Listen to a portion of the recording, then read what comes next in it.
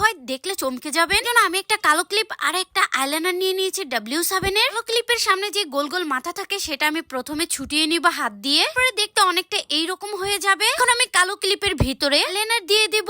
যে কোনো ধরনের আইলাইনার দিয়ে এই হ্যাকটা করতে পারেন, কিন্তু এই আইলাইনারটা অনেক বেশি ভালো। লাগানো ওই পিঠটাকে এইভাবে ছাপ দিয়ে দিব। আমি বলতে চাচ্ছি পাশে আইলাইনার দিয়েছি সেই পাশটা নিচের দিকে দিয়ে চোখের একদম কর্নার থেকে এইভাবে তো হাতে প্রেস করলে খুব সুন্দর একটা ছাপ বসে যাবে। তারপরে এটাকে ভরাট করে নিব একদমই সুন্দর ভাবে। সামনের দিকে যারা এইরকম কোনা দিতে পছন্দ করেন, দেখেন কি সুন্দর হয়ে গিয়েছে। আমি আমার মতো কি আপনারাও চমকে গিয়েছেন এই হ্যাকটা দেখে? দেখেন কত সুন্দর ভাবে আইলাইনার দেওয়া হয়ে গিয়েছে। একদম সেম ভাবে এই চোখে আমি দিয়ে দেব।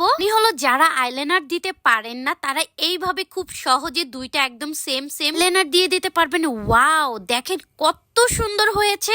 কম বাজেটের মধ্যে যারা ভালো একটা